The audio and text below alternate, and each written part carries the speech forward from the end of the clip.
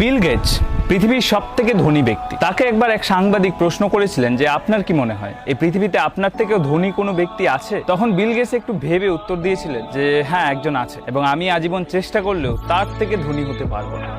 বিল গেটসের মুখে এই কথা শুনে সাংবাদিকের মুখটা একদম হা হয়ে গেল।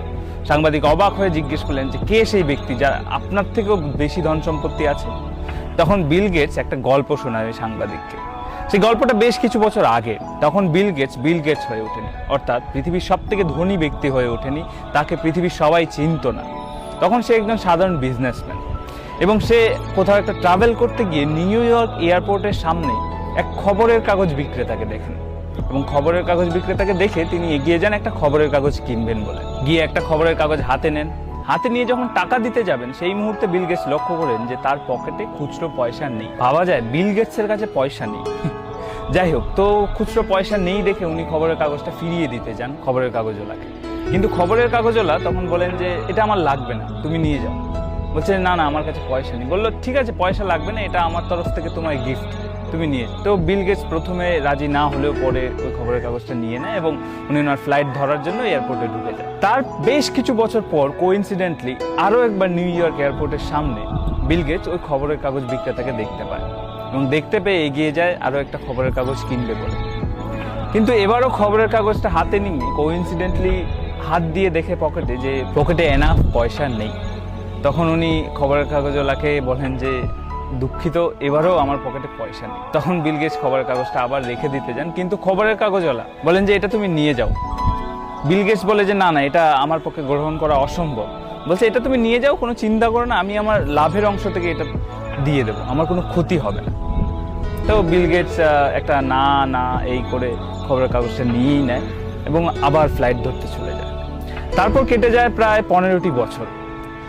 এখন 15 বছর পর বিল গেটস এই পৃথিবীর সব থেকে ধনী ব্যক্তি। পৃথিবীর সবাই তাকে চেনে, তার নাম জানে। এবং সেই সময় তার হঠাৎ করে মনে পড়ে ওই খবরের কাগজওয়ালার কথা, এবং মনে পড়ার সাথে সাথে উনি খোঁজ শুরু করেন ওই খবরের কাগজ বিক্রেতার। এবার বিল গেটস, ওনার কাছে তো সোর্সের অভাব নেই, তো প্রায় 1.5 মাস খোঁজাখুঁজির পর উনি ওই খবরের কাগজওয়ালার অ্যাড্রেস বের করতে পারেন। এবং অ্যাড্রেস বের করার পর বিল গেটস নিজে ওই খবরের কাগজওয়ালার বাড়িতে যান। বাড়িতে গিয়ে ওই খবরের কাগজওয়ালার সাথে দেখা করেন। খবরের কাগজওয়ালার এখন অনেকটা বয়স হয়েছে, তো উনি জিজ্ঞেস করেন ওই বৃদ্ধকে যে আপনি আমাকে চেনেন? তো বৃদ্ধ খবরের কাগজওয়ালা উত্তর দেয় যে হ্যাঁ চিনি, আপনি বিল গেটস? তখন বিল গেটস বলেন যে আপনার কি মনে আছে আপনি আমাকে একবার সাহায্য করেছিলেন, এয়ারপোর্টে একটা খবরের কাগজ দিয়েছিলেন এবং কোনো পয়সা নেননি? তখন ওই বৃদ্ধ লোকটি হেসে বলে হ্যাঁ আমার মনে আছে, একবার নয়, আমি তোমাকে 2বার খবরের কাগজ দিয়েছি বিনামূল্যে। তখন বিল গেটস বলে যে আমি আপনার ওই দিনে সাহায্য ফিরিয়ে দিতে চাই।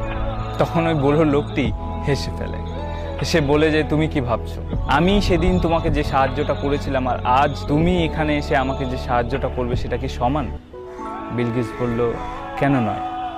তখন ওই ব্যক্তিটি বলেন যে সমান হতে পারে না, কারণ আমি তোমাকে সেদিন যখন সাহায্য করেছিলাম তখন আমার কাছে দেওয়ার মতো কিছু ছিল না, আমি তখনও দরিদ্রই ছিলাম। কিন্তু এখন তুমি যখন আমাকে সাহায্য করতে এসছো, তুমি এই পৃথিবীর সব থেকে ধনী ব্যক্তি, তোমার কাছে সমস্ত কিছু আছে দেওয়ার মতো, এটা কখনোই সমান হতে পারে না। সেদিন বিল গেটস বুঝেছিলেন যে এই পৃথিবীতে শুধু টাকা থাকলেই ধনী হওয়া যায় না, বরং সত্যিকারের ধনী ব্যক্তি সেই যার কাছে কিছু না থাকা সত্ত্বেও নিজের সামর্থ্য অনুযায়ী মানুষকে সাহায্য করে, মানুষকে বিলিয়ে দেয়। তো এই গল্পটা সাংবাদিককে শোনানোর পর বিল গেটস বলেছিলেন যে সেদিন আমি বুঝেছিলাম আমি এই পৃথিবীর ধনী ব্যক্তি কখনোই হতে পারবো না। এই পৃথিবীর সব থেকে ধনী ব্যক্তি সেই যে নিজের কাছে কিছু না থাকা সত্ত্বেও মানুষকে সাহায্য করতে পিছপা হয় না, যার কাছে কিছুই না থাকা সত্ত্বেও সাহায্যের হাত বাড়িয়ে দিয়েছে, যে মানুষকে সাহায্য করার জন্য পৃথিবীর সব থেকে ধনী ব্যক্তি হওয়ার অপেক্ষা করেনি। যাই হোক, এই গল্পটার সত্যতা আমি জানি না, তবে গল্পটা খুবই ইন্সপায়ারিং। যদি ভালো লেগে থাকে অবশ্যই শেয়ার করো।